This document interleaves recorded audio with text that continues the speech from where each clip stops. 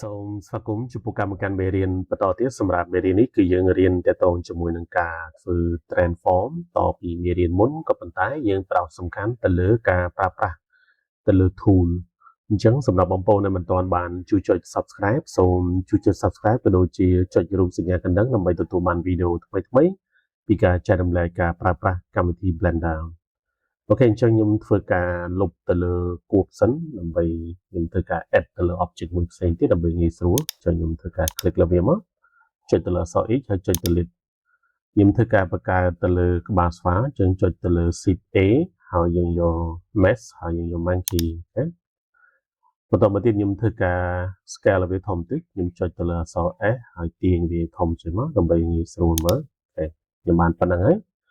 អញ្ចឹងនេះគឺជា tool មួយចំនួនដែលយើងត្រូវរៀននៅក្នុងមេរៀននេះទី1គឺទាក់ទងជាមួយនឹង move tool ហើយទី2គឺ rotate tool ទី3គឺ scale tool ហើយមួយទៀតគឺ transform tool អូខេអញ្ចឹងគឺយើងចូលទៅប្រើប្រាស់ទៅលើ tool ទី1គឺយើងគ្រាន់តែធ្វើការ click ដើម្បីធ្វើការ activate វាឬក៏យើងប្រើប្រាស់ទៅលើ shortcut key គឺយើងចុចទៅលើ shift បូកជាមួយនឹង space bar បន្តមកទៀតគឺយើងវាយអក្សរ G ជានៅពេលដែលយើងចុចទៅលើ shift បូកមួយ space bar ហើយយើងវាយទៅលើអក្សរ G មកអូខេវា activate ទៅលើ move tool ចឹងបងប្អូនឃើញនេះគឺវាចាប់ផ្ដើមធ្វើការ activate ហើយអញ្ចឹងនៅពេលដែលយើង activate ទៅលើ move tool យើងឃើញមានអានេះគេហៅថា gizmo អញ្ចឹងគឺវាមាន gizmo នោះដើម្បីឲ្យយើងធ្វើការ click ហើយទាញវាដើម្បីធ្វើការ move object ទៅតាម axis នីមួយៗអូខេឥឡូវឧទាហរណ៍ខ្ញុំចង់ធ្វើការ move វាតាម axis x ខ្ញុំគ្រាន់តែយក cursor ដាក់ទៅលើសញ្ញាព្រួញពណ៌ក្រហមនេះមកហើយ click អូសវាទៅតាម axis ដែលយើងចង់ធ្វើការ move ហ្នឹងអូខេបន្តមកទៀតគឺយើង plan វាឥឡូវខ្ញុំចង់ធ្វើការ move វាតាម axis អក្សរ y នេះអក្សរ y គឺតាំងឲ្យពណ៌បៃតងពណ៌ green អញ្ចឹងយើង click ទាញវាមកអូខេហើយយើងធ្វើការ plan វាមកដល់ទីតាំងកន្លែងណាមួយយើង plan វាមកអូខេហើយមួយទៀតតកតងជាមួយនឹងការ move តាម axis z នេះ axis z គឺពណ៌ខៀវអញ្ចឹងយើង click ទាញវាមកខ្ញុំចុច Ctrl Z ដើម្បីធ្វើការ back វាមកវិញអូខេមួយទៀតនៅពេលណាយើងពិនិត្យវាឲ្យកាន់តែច្បាស់នោះយើងនឹងឃើញមានការ៉េដែលតាំងឲ្យពណ៌នីមួយៗអញ្ចឹងហ្នឹងគឺយើងធ្វើការ move ម្ដងពីរ axis មិញគឺយើង move ម្ដងមួយ axis ចាំបងប្អូនពិនិត្យមើលនៅកន្លែង location នេះអញ្ចឹងអានេះគឺជាការ move តាមពីរ axis រវាង x ហើយនឹង y វា z គឺអត់ទេឥឡូវយើង click លើវាមកហើយយើងចាប់ផ្ដើមធ្វើការអូសអូខេនៅពេលដែលយើងអូសយើងឃើញថាតម្លៃនៃការផ្លាស់ប្ដូរហ្នឹងគឺវា update ទៅលើរវាងតែ x ហើយនិង y ដោយសារតែយើង click ទៅលើការ៉េពណ៌ខៀវហ្នឹងដើម្បីធ្វើការ move តាម axis x ហើយនឹង y គេមួយទៀតគឺពណ៌បៃតងនេះអាហ្នឹងគឺជាការ move រវាងពីរ axis រវាង x ហើយនិង z ណាជាមួយតម្លៃលេខវាធ្វើការ update រវាងតែ x ហើយនិង z អូខេឥឡូវយើង move មកទៀតមកកន្លែងនេះអានេះគឺជាការ move តាមពីរ axis រវាង y ហើយនិង z គេយើង click មកអូខេចាំបងប្អូនខ្ញុំសង្ឃឹមថាបងប្អូននឹងយល់អំពីរបៀបនៃការប្រើប្រាស់ទៅលើ move tool ឥឡូវយើងចូលទៅមួយទៀតតកតងជាមួយនឹងការប្រើប្រាស់ទៅលើ rotate tool អញ្ចឹងគឺយើងអាចធ្វើការ click ដើម្បី activate វានៅកន្លែងនេះក៏បានឬក៏យើងចុចទៅលើ shift បូកជាមួយនឹង space bar ហើយយើងចុចទៅលើអក្សរ R មួយទៀតដើម្បីធ្វើការ activate ទៅលើ rotate tool អូខេនៅពេលដែលយើងធ្វើការ activate ទៅលើ rotate tool ទៅលើ object នឹងយើងឃើញថាវាមានកងរបៀបនេះដើម្បីឲ្យយើងធ្វើការបង្វិលទៅតាម axis ណាមួយអូខេឥឡូវឧទាហរណ៍ខ្ញុំចង់ធ្វើការបង្វិលវាតាម axis x អញ្ចឹងគឺយើងដឹងថា x គឺពណ៌ក្រហមអញ្ចឹងយើង click ទៅលើវាមកយើងបង្វិលវាយើងអាចចុចទៅលើ shift key ដើម្បីឲ្យវា smooth មានន័យថាវាបង្វិលម្ដងបន្តិចម្ដងណាហ្នឹងម្ដងម្លេកម្ដងម្លេកអញ្ចឹងវា smooth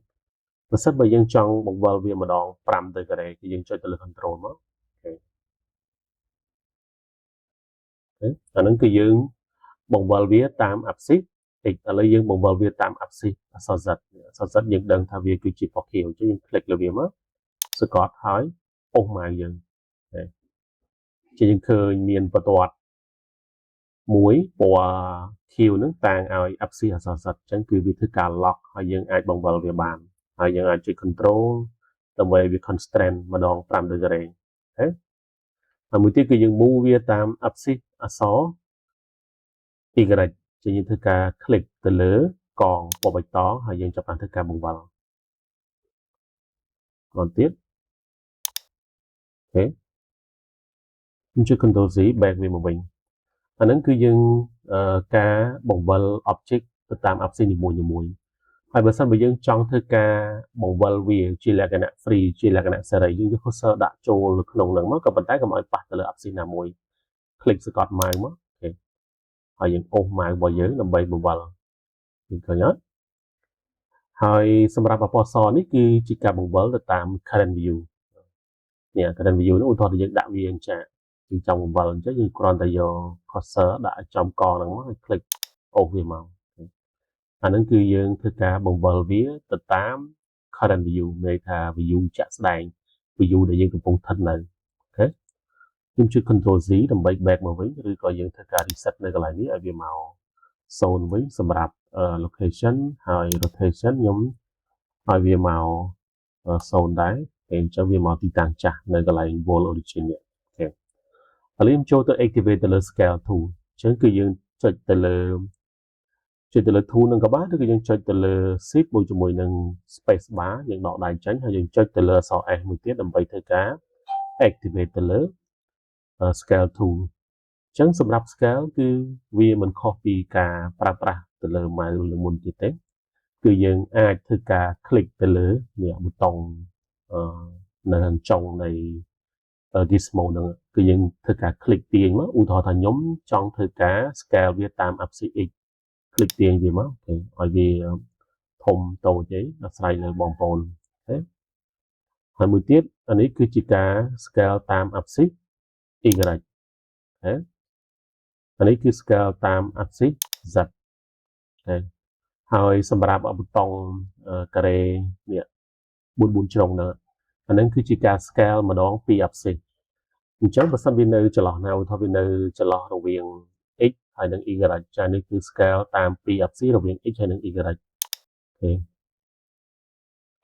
ខេអានេះគឺមួយទៀតគឺ scale តាមពី axis រវាង x ហើយនិង z មួយទៀតគឺការ scale រវាងពី axis រវាង z ហើយនិង y អូខេឥឡូវខ្ញុំធ្វើការលុបវាសិន click លើវាមកចុចទៅលើអក្សរ x ចុច delete ខ្ញុំ add ទៅលើគួបម្ដង shift A ហើយយកគួបហើយមួយទៀតតកតងជាមួយនឹងការប្រើប្រាស់ទៅលើ transform tool អានេះគឺ3មានន័យថាវាបញ្ចូលគ្នាតែមួយមានន័យថាវាបញ្ចូលទៅលើ move tool rotate tool ហើយនិង scale tool យើង click ទៅលើ object មកបន្ទាប់មកទៀតគឺយើងអាច activate វាដោយប្រើប្រាស់ទៅលើ shift បូកជាមួយនឹង space bar បូកជាមួយនឹងអក្សរ T អញ្ចឹងគឺវាបើកទៅលើ tool ហ្នឹងហើយមានន័យថាវា activate ហើយអញ្ចឹងយើងអាចធ្វើការ move object ឃើញទេគឺ move តាម axis x axis អក្សរ z ឬក៏ y បន្តមកទៀតយើងអាចធ្វើការ rotate ឬក៏បង្វិលតាម axis x បង្វិលតាម axis អក្សរ z បង្វិលតាម axis y អញ្ចឹងកហ្នឹងប្រើដើម្បីធ្វើការបង្វិលហើយសម្រាប់ប៊ូតុងដែលនៅខាងក្បាលនៃ gizmo ហ្នឹងគឺយើងប្រើដើម្បីធ្វើការ scale ឥឡូវខ្ញុំ scale តាម axis y ខ្ញុំ scale តាម axis z scale តាម axis x អូខេហើយយើងចង់ធ្វើការបង្វិលហើយយើងកុំឲ្យប៉ះវា click មកយើងបង្វិលកុំឲ្យប៉ះទៅលើពណ៌ណាមួយអានេះគឺប្រើដើម្បីធ្វើការ move ចុងស្រួយៗហ្នឹងគឺ move អូខេជាខ្ញុំគិតថាมันពិបាកប្រើទេតកតងជាមួយនឹង tool ទាំងប្រមាណហ្នឹងអញ្ចឹងទី1គឺ move tool ប្រើដើម្បីធ្វើការផ្លាស់ប្ដូរទីតាំងរបស់ object ទី2គឺ rotate tool ប្រើដើម្បីធ្វើការបង្វិល object ហើយទី3គឺ scale tool ប្រើដើម្បីធ្វើការ scale object មួយទៀតគឺ transform tool ប្រើដើម្បីធ្វើការគុំទាំង3នឹងបញ្ចូលគ្នាមានផ្លាស់ប្ដូរទីតាំងដែលយើងហៅថា move tool rotate បង្វិលហើយមួយទៀតគឺ scale ទាំងខាងក្រោមហ្នឹងគឺគុំទៅលើ tool ទាំង3នឹងបញ្ចូលគ្នាអូខេអញ្ចឹងសូមអរគុណសូមជម្រាបលា